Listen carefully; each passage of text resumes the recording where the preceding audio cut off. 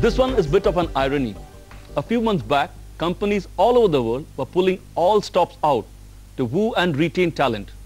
This meant paying fat bonuses, ESOPs and works.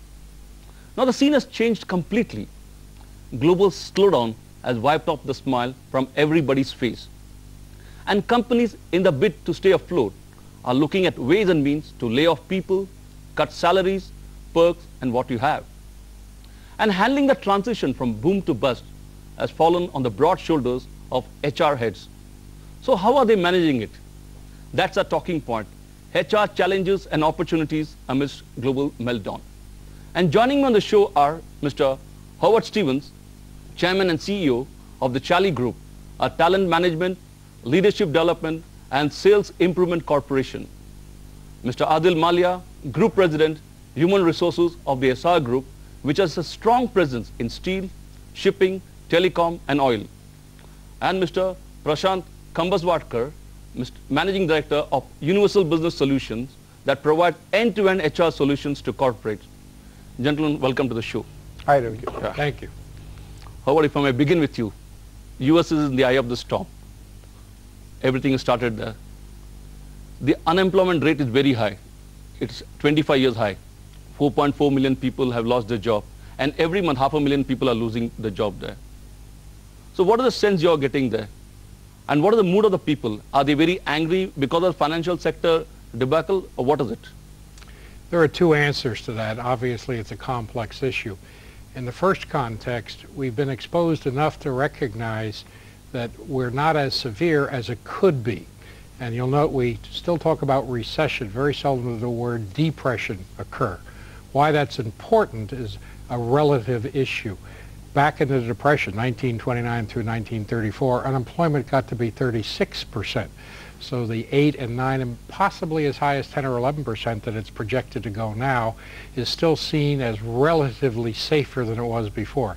That, of course, does not help that 11% and other numbers of individuals. So what you're saying is better than the 30s, but it's no consolation nonetheless. For those underneath that waterline, so to speak, it's not. But for those above it, it offers some security that it won't get to me. So we have two parts, those who are directly affected to it and those that are just worried or feel more safe that it won't get to them as hard or as produces much difficulty. Okay, coming back to India, Adil, we saw what happened in the US. Here also we have seen the export sector taking a hit. In the textile sector, nearly 1 million jobs is lost. Is this a secular fall, or are you seeing only in certain parts of the industry? Telecom industry is still doing well. Ravi, it's like this. A weather storm, if you look at it from a satellite, looks like it is uniformly hitting every piece of land that it is hitting equally. But when you look at the ground level realities, you will find out that there may be one community which is wiped out, someone's roof is wiped out, something else is gone. So whilst on the one hand it creates a delusion that it is uniformly hitting every piece of land uniformly, the realities are it is hitting different spots and they are getting affected differently. Using that as the analogy, the impact is very simple. It depends on the vulnerability and your strength. How vulnerable is your industry?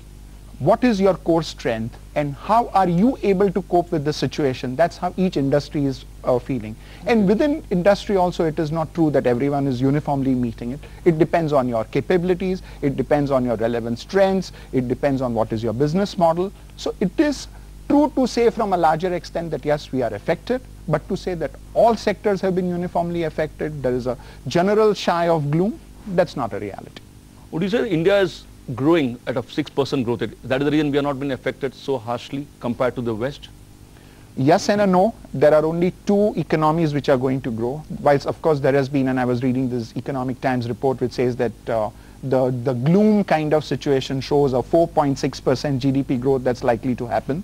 Yeah. So well, yes, successive on successive, 2 quarters, 3 quarters we will be growing, de-growing at all. But the reality is that we will be one of the 2 or 3 economies which will be growing at a faster rate than compared to the other economies of the West and the other countries of the world. Let me get Prashant then. Prashant, you have been talking to corporates across. What a sense you're getting? Is the problem only at the middle level and at the factory level? Because I still believe that there is a war for talent at the top level. What is the picture you're getting? What I am observing as a trend is, see, there is a difference between unemployment and underemployment. People have everything in them. They have the experience, the expertise, the qualifications, the opportunities to fit those competencies are either not available or the person is not able to get on to them. Organizational fit is extremely important. Similarly, there's a difference between capability, skills and attitude. You need to have all these three together in balance to make sure that you are employable. Employable and employment are two different things. At the moment, what I am seeing as a trend is employers are preferring people who have the ability to adjust and to accommodate themselves in a given situation. Skills that are necessarily going to be useful in business and not your particular function. True. So employers are preferring professionals who will get aligned to the business rather than the profession that you come from, and ensure that you drive whatever competencies you have to this particular phase. So I think it's not in terms of the level, but in terms of the attitude. At the CEO level or CXO level, CFO level, there is still a big war out there to get people, I was told. Is it right? Oh yes.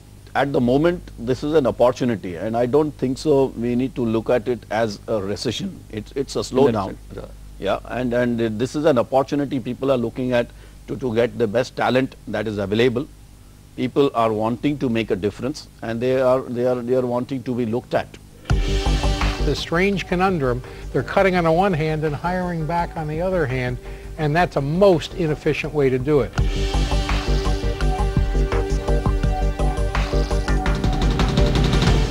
Election 2009 is absolutely crucial to how the Indian economy and markets fare amidst this global recession. If elected, can the UPA, NDA or the Third Front keep the Indian economy afloat? Will it be a fractious coalition, or can markets expect a stable government? Will the Sensex rise or sink with elections 2009? CNBC TV 18 presents Elections 09, the economic impact, presented by Angel Broking. Join Karan Thapar, Rajdeep Sardesai and Udayan Mukherjee as they engage the country's top politicians and investment experts in a unique open forum in New Delhi on the 1st of April. Register today.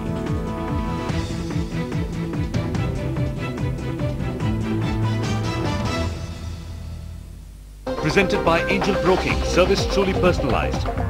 In association with SIAT, Take It On. In partnership with The Mint. Radio partner, Radio 1, the Fatafat generation. Online partner, moneycontrol.com. If I were a business person, it would be this model. Thank you. Presenting the widest range of notebook PCs from Toshiba. There's one just right for you. Feel quality. Feel Toshiba.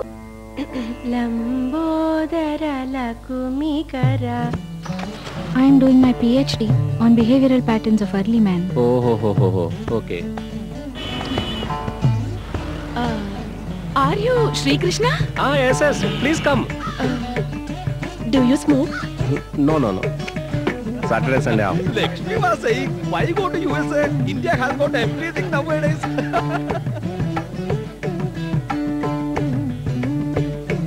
Many local stories have global connections. Wonder why? Tune in to World News Today, weeknights at 9:30 p.m. here on BBC World News.